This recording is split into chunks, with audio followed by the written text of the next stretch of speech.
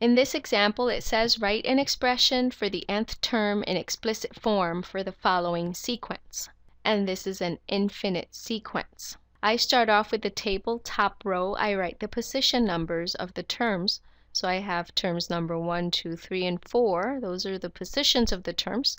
And then I write the term. So position number 1 is occupied by 2. Position number 2 is 6. The third term is 12. And the fourth term is a 20. And I also like to make a list of the terms like this, where a sub 1 is equal to 2, a sub 2 is equal to 6, a sub 3 is equal to 12, and a sub 4 is equal to 20. Now, to find a pattern between the term's position and the term itself, I look at the position of the term and I think to myself, how did I get from 1 to 2? And there are many ways to get from 1 to 2, and that first term is always the hardest to find a pattern for. So I don't waste too much time on the first term. I just skip over to the second and following terms.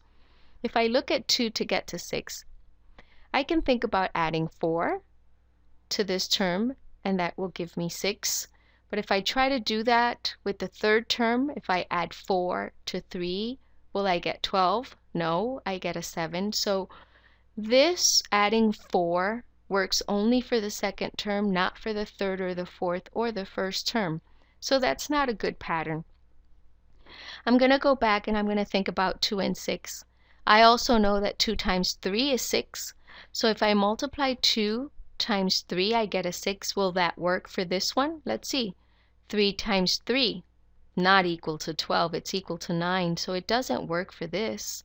How about 4 times 3? 4 times 3 will give you 12. Does not work for the fourth term either.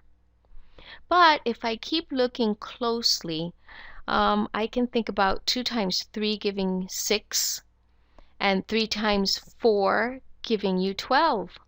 So here I multiply times 3. Here I multiply times 4, which is 1 more than 3. And if I look at the fourth term, I multiply times 5 to get 20.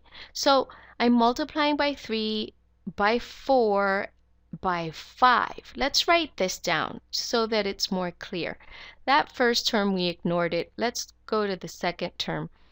And I'm going to write that to get from 2 to 6, I took the 2 and I multiplied it times 3.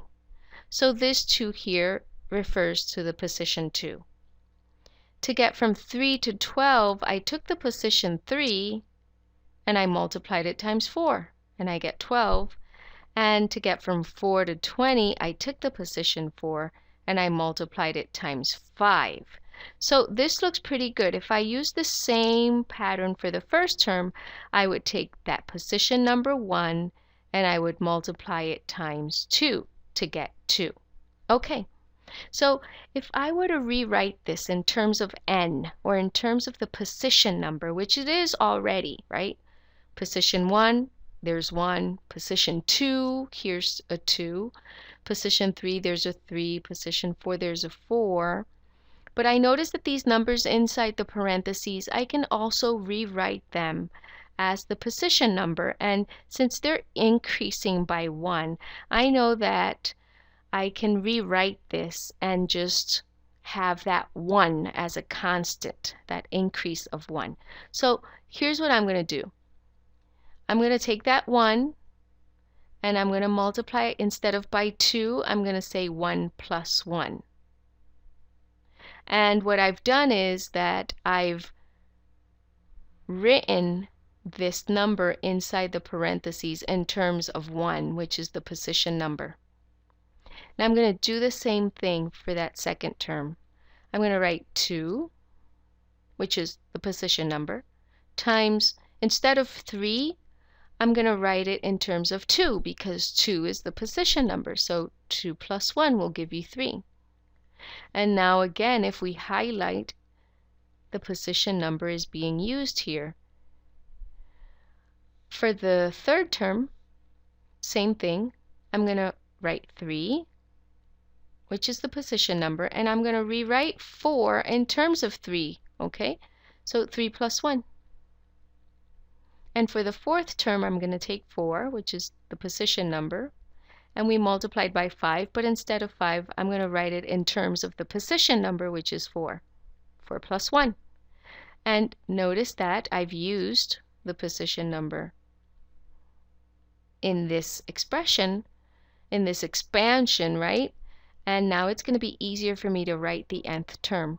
So when I write the nth term, I follow this pattern here. I look at what I found right here, and this is what I have. I have a 1, which is the position number, or a 2, which is the position number. So I can write these numbers in front of the parentheses as n, because n is the position number, okay?